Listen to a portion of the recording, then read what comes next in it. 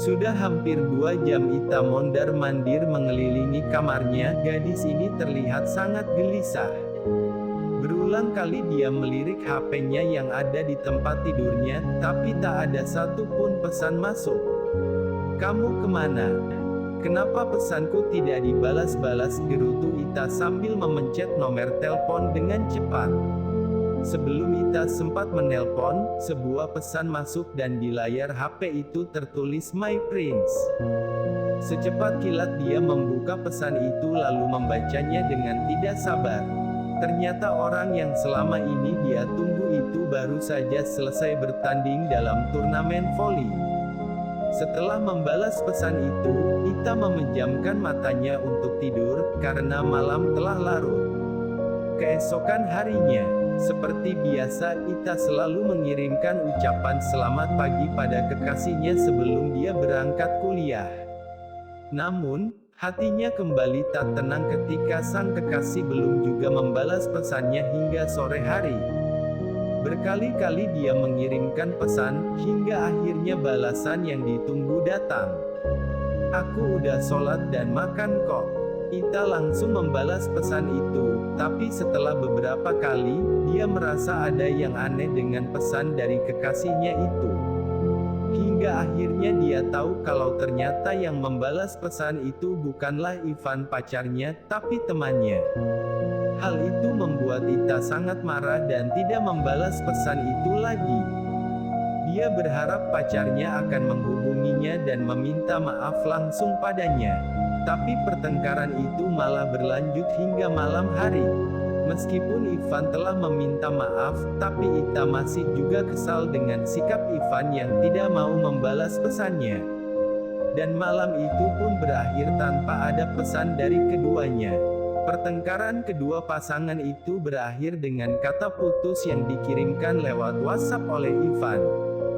Hal itu membuat Ita yang sejak awal sudah sedih akhirnya menangis di depan sahabat-sahabatnya. Dia tidak menyangka pacar yang selama ini sangat dicintainya ternyata tega memutuskan hubungan mereka begitu saja. Namun, setelah mendengar alasan Ivan yang sudah merasa tidak nyaman lagi dengan dia, Ita akhirnya menerima keputusan itu dengan hati yang hancur. Malam harinya, Ita yang masih stres dengan kenyataan yang menyakitkan itu mendadak jatuh sakit. Tubuhnya demam dan kadang dia menggigil.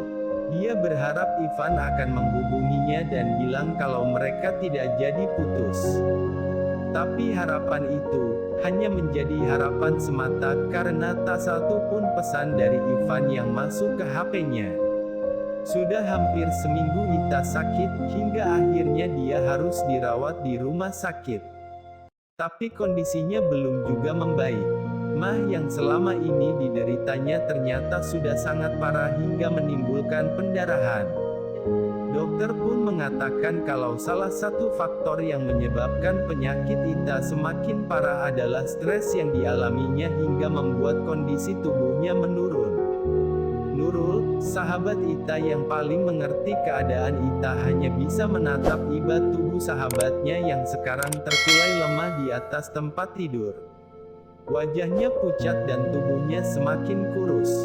Nurul sangat mengerti perasaan Ita yang merasa sangat kehilangan Ivan kekasihnya. Kadang samar-samar dia mendengar Ita menyebut nama Ivan dalam tidurnya, dan hal itu membuat Nurul menangis, tak sanggup melihat penderitaan yang dirasakan oleh sahabatnya itu. "Ta, gimana keadaan kamu sekarang?" tanya Nurul ketika sahabatnya baru saja bangun. "Alhamdulillah udah mendingan, udahlah nggak usah cemas gitu," jawab Ita, wajahnya terlihat pucat. "Kamu masih mikirin Ivan, ya? Maksud kamu, dari kemarin aku dengar kamu memanggil nama Ivan berkali-kali saat kamu lagi tidur. Kamu kepikiran dia lagi?" tanya Nurul cemas. "Iya, aku kangen sama dia. Apa dia menghubungiku?" jawab Ita. "Setahu aku sih, belum ada pesan ataupun telepon dari dia." "Kenapa?" "Enggak apa-apa, cuma mau tahu aja dia peduli atau enggak," jawabnya, wajahnya terlihat sedih. Apa perlu aku telepon dia untuk kasih tahu keadaan kamu? Enggak usah, aku enggak mau dikasihani sama dia. Nurul hanya bisa diam mendengar jawaban sahabatnya itu. Rasa kagum dan sedih bercampur di hatinya. Kagum akan ketegaran sahabatnya itu, tapi sedih melihat penderitaan yang harus dialami Ita. Nurul tahu di saat sakit seperti itu, pasti Ita ingin Ivan ada bersamanya, dan enggak meninggalkannya seperti ini. Hampir 3 minggu Ita dirawat di rumah sakit, dan selama itu juga Nurul selalu memperhatikan perkembangan kesehatan sahabatnya itu. Setiap kali Ita merasa sakit di tubuhnya ataupun tubuhnya demam, Ita selalu mendengarkan sebuah lagu ciptaan Ivan, mantan kekasihnya. Dan seperti mukjizat, keadaan Ita perlahan membaik setelah mendengar lagu itu. Nurul akhirnya mengerti kerinduan Ita pada Ivan sangatlah besar hingga menyiksa seluruh tubuhnya bukan hanya hatinya. Hingga suatu hari, tanpa sepengetahuan Ita, Nurul menelpon Ivan yang ada di luar kota. Dia menceritakan keadaan Ita pada cowok itu, dan dia juga meminta Ivan untuk datang menemui Ita. Tapi, Ivan masih belum juga mau menemui Ita. Aku mohon sama kamu, Ita butuh kamu. Tolong datanglah ke Kendari dan temui Ita walaupun hanya sebentar, ucap Nurul. Aku belum bisa menemui dia, lagi pula kehadiranku malah bisa membuat dia semakin sakit, jawab Ivan. Satu kali saja tolong temui dia. Mungkin dengan bertemu denganmu dia bisa sembuh. Atau kamu akan menyesal, paksa Nurul. Apa maksud kamu? Memang penyakitnya itu parah. Datang dan lihatlah sendiri keadaan Ita sekarang. Sebelum kamu menyesal untuk selamanya, ucap Nurul sebelum mengakhiri teleponnya. Beberapa hari setelah telepon itu, Ivan mengabari Nurul kalau dia akan ke Jakarta untuk menemui Ita. Nurul yang mendapat kabar menggembirakan itu langsung menemui Ita. Tapi sayangnya Ita sedang tidur saat itu. Nurul hanya bisa menunggu sampai Ivan tiba di Jakarta 2 hari lagi. Hari itu akhirnya tiba juga. Ivan, orang yang selama ini ditunggu kedatangannya oleh Ita dan Nurul, akhirnya datang. Dia meminta Nurul mengantarkannya ke rumah sakit.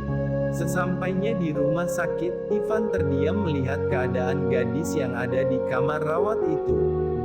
Sosok yang selama ini tidak pernah dijumpainya, kini dilihatnya dengan kondisi yang memprihatinkan. Selang infus terpasang di tangannya, matanya terpejam, tapi di kedua telinganya terpasang headset agar Ita bisa selalu mendengarkan lagu musik yang bisa menenangkan. Dia hanya sedang tidur. Tunggu saja, sebentar lagi juga dia bangun, ucap Nurul yang berdiri di belakang Ivan. Sudah berapa lama dia seperti ini? Tanya Ivan. Dia mulai berjalan mendekati tempat tidur Ita. Hampir 1 bulan dia terbaring di tempat tidur itu. Sekarang coba kau dengar lagu yang sedang didengarkan Ita, ucap Nurul sambil melepas satu headset itu dan memberikannya pada Ivan. Ivan terkejut ketika mendengar lagu itu, lagu yang pernah dia ciptakan untuk Ita dulu. Dia tidak menyangka gadis itu masih menyimpan rekaman lagu itu. Kedua matanya menatap wajah Ita yang tertidur. Itulah yang membuat Ita bertahan selama ini. Itu yang dia lakukan bila sedang merindukanmu. Suaramu yang sangat dia rindu, ucap Nurul. Ivan yang masih merasa terkejut perlahan memegang tangan Ita, kedua matanya tak lepas dari wajah Ita. Terlihat masih ada kasih sayang yang dalam dari tatapan itu. Tiba-tiba tangan yang dipegang Ivan bergerak, Ita bangun dari tidurnya. Dan dia terkejut ketika ada seorang cowok duduk di sampingnya sambil memegang tangannya. Tenang, tak. Dia Ivan, orang yang selama ini kamu rindu, ucap Nurul. Ivan, kenapa bisa ada di sini? Tanya Ita yang masih terkejut. Maaf ya, aku yang menelpon dia dan meminta dia untuk datang menjengukmu. Karena aku nggak tega melihat kamu seperti ini terus. Kenapa kamu bisa sampai kayak gini? Kenapa kamu nggak menjaga kesehatanmu? Tanya Ivan yang masih tetap menatap wajah Ita. Itu bukan urusanmu, sahut Ita sambil melepaskan genggaman Ivan. Waktu itu kamu kan udah janji, bisa terima keputusanku untuk mengakhiri hubungan kita, dan berjanji akan baik-baik saja. Tapi kenapa sekarang kamu kayak gini? Ita hanya diam dan memalingkan wajahnya dari Ivan. Sementara Ivan masih terus berbicara pada Ita. Nurul yang melihat itu hanya berharap keadaan Ita akan membaik setelah bertemu Ivan. Dan ternyata benar, setelah berdebat cukup lama akhirnya Ita dan Ivan mulai akrab kembali. Wajah Ita yang tadinya pucat juga mulai berubah cerah.